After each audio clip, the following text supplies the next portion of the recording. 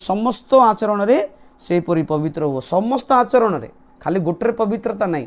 खाली रविवार दिन पवित्रता सोमवार रो अपवित्रतार जीवन काटबी बोले हेब नहीं प्रिय लोक मैंने सबुदिन पवित्रतार चलबार अच्छे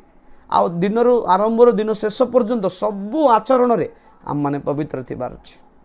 पवित्रता आमर आह्वान करता किए पुणी पवित्र आमको जे डाकी से पवित्र परमेश्वर आमे आहूत प्राप्त हो प्रभु आमको डाकी आमेशा पवित्र होइकी रहिबार अच्छे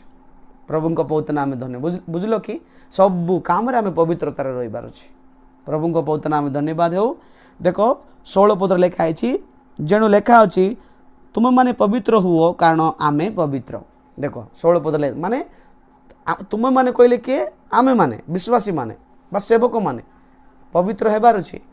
कौन पे परमेश्वर पवित्र अटंती प्रभु पौतना आम धन्यवाद हो।